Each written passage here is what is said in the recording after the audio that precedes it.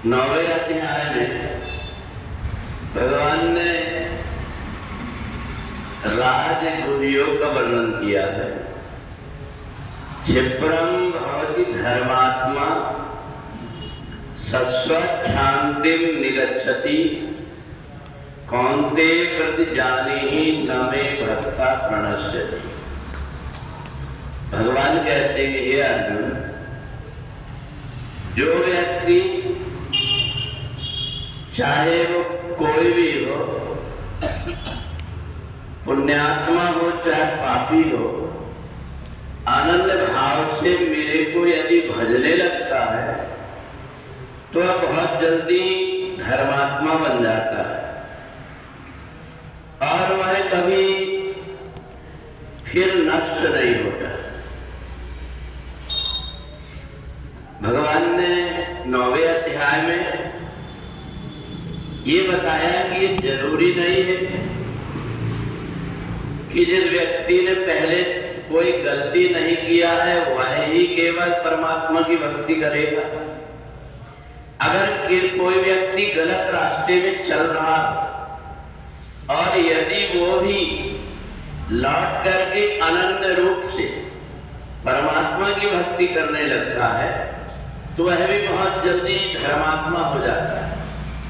और ये भी जरूरी नहीं है कि इस जात का व्यक्ति परमात्मा की भक्ति करेगा तो उसका उद्धार होगा, बल्कि चाहे वह कोई भी हो, अगर वो परमात्मा की भक्ति करता है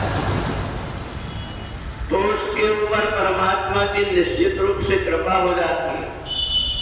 परमात्मा ये पहले मेरी भक्ति करता था कि नहीं करता था, पापी है कि पुण्यात्मा है, ये भगवान कुछ नहीं देखते। जैसे गंगा में अगर एक साल भी व्यक्ति ने स्नान नहीं किया हो तो गंगा उसको मना नहीं करती कि तू गंदा है, मेरे में स्नान मत कर, बल्कि एक बार जिसने स्नान न किया वो ही जाकर के अगर डुबकी लगाता है तो उसके सारे पाप गंगा मैया नष्ट कर देती।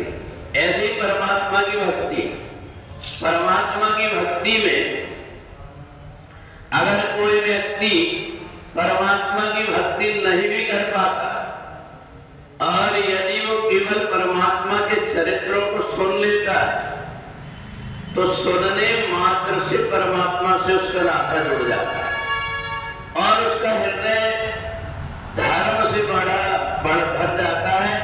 इसलिए परमात्मा कहते क्षिप्रम भवति धर्मात्मा, उसके हृदय के अंदर धर्म बैठा, अध्यात्म बैठा और व्यक्ति परमात्मा का हो जाता है। तो इसलिए कितने ऐसे व्यक्ति हैं जिनके जीवन में जो कुसंग में पड़ करके बुरी रास्ते में चलने लगे और वाल्मीकि जैसे जो जीवात्मा की हिंसा करने में लगे रहते थे, परंतु उल्टा नाम जपत जग जाना वाल्मीकि भय ब्रह्म समाना। जब उन्हें ज्ञान आया कि मैं जो कुछ कर रहा हूं ये रास्ता ठीक नहीं है, उस रास्ते से बदल करके परमात्मा की भक्ति करने लगे तो वो ब्रह्म ज्ञानी बन गए।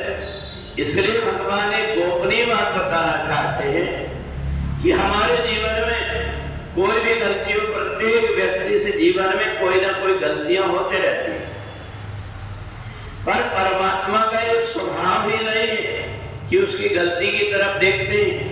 परमात्मा का तो ये स्वभाव है कि ये मेरा है, मेरे शरण में आया है तो ये मेरा है, ऐसा मान करके परमात्मा उसके ऊपर कृपा कर देते। चाहे जिस परिस्थिति में भी, चाहे उसने स्नान किया हो न किया हो, वो परमात्मा को मानता हो न मानता हो, पूजा पाठ करके आता हो चाहे ना आता हो, केवल वो परमात्मा के सन्मुख हो जाता है। सन्मुख होए जीव मोह जबही, जन्म कोटि अगनासौ तबही। एक जन्म नहीं, अनेक जन्मों के उसके पाप नष्ट हो जाते हैं, केवल वो परमात्मा के सन्मुख में आ जाए।